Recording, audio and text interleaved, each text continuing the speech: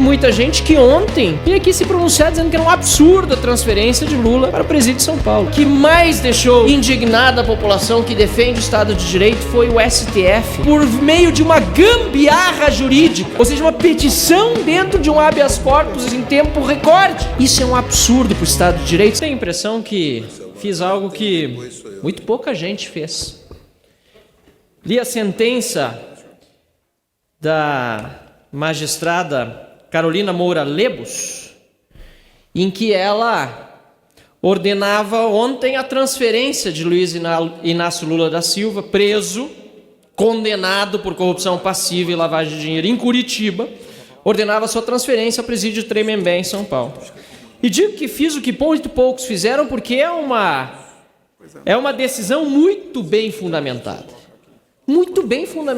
doutrinariamente, trazendo uma série de elementos legais que talvez falte ao conhecimento de muita gente que ontem, deputada Adriana Ventura, veio aqui se pronunciar dizendo que era um absurdo a transferência de Lula para o presídio de São Paulo. Diz a magistrada, inclusive lembrando que Lula tem familiares em São Paulo, que diz a lei que é adequado que o preso esteja mais próximo dos seus familiares. Fala nos altíssimos gastos, sem mencionar números, mas trago eu aqui, que hoje o erário público está tendo com a manutenção do presidiário Lula em Curitiba, do ladrão Lula em Curitiba, que chegam a monta de mais de 300 mil reais por mês. 10 mil reais por dia é o que custa Lula preso em Curitiba. Mais do que isso, ela demonstra, por A mais B, que não se previa a prisão de um chefe de Estado nas legislações anteriores. É natural que um país, acho que não preveja esse, porque um país sério jamais imaginaria, por meio de suas leis, que um presidente da República, um ex-presidente, fosse preso, mas infelizmente foi o que aconteceu no Brasil, e que bom que um ex-presidente está preso porque cometeu crimes e precisa cumprir pena por isso, mas não se previam todos esses privilégios que foram concedidos, aliás, pelo juiz Sérgio Moro, na sua sentença, Luiz Inácio Lula da Silva, para que ficasse no presídio em Curitiba. Nesse momento, a ordem pública no município paranaense está, neste momento, e desde a prisão de Lula, a ordem pública está sob ameaça diuturnamente.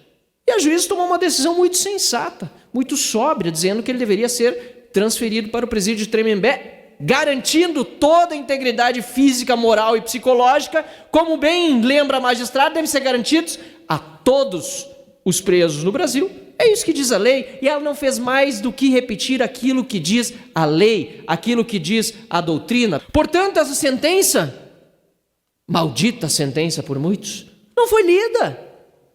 Causa surpresa que tantos especialistas aqui de última hora que vieram a essa tribuna não tenham lido a sentença. Agora, o que mais deixou indignada a população que defende o Estado de Direito foi o STF julgar por uma petição dentro de habeas corpus em tempo recorde a situação determinando que Lula continuasse preso em Curitiba. E digo por quê, senhor presidente? Porque o Supremo Tribunal Federal tem julgado muito morosamente, muitas liminares, só no direito penal e direito processual penal, que é o caso aqui, leva em torno de 30 dias, 32 dias para o processo, para o cidadão comum que entra. Temos processos que não são julgados desde o milênio passado, parados no Supremo Tribunal Federal. E, infelizmente, senhor presidente, o que nós vimos é que, por meio de uma gambiarra jurídica, ou seja, uma petição dentro de um habeas corpus em andamento do Supremo, por pressão de parlamentares desta casa, o Supremo Tribunal Federal decidiu pautar ainda ontem a transferência de Lula. Isso é um absurdo para o Estado de Direito, sabe por quê?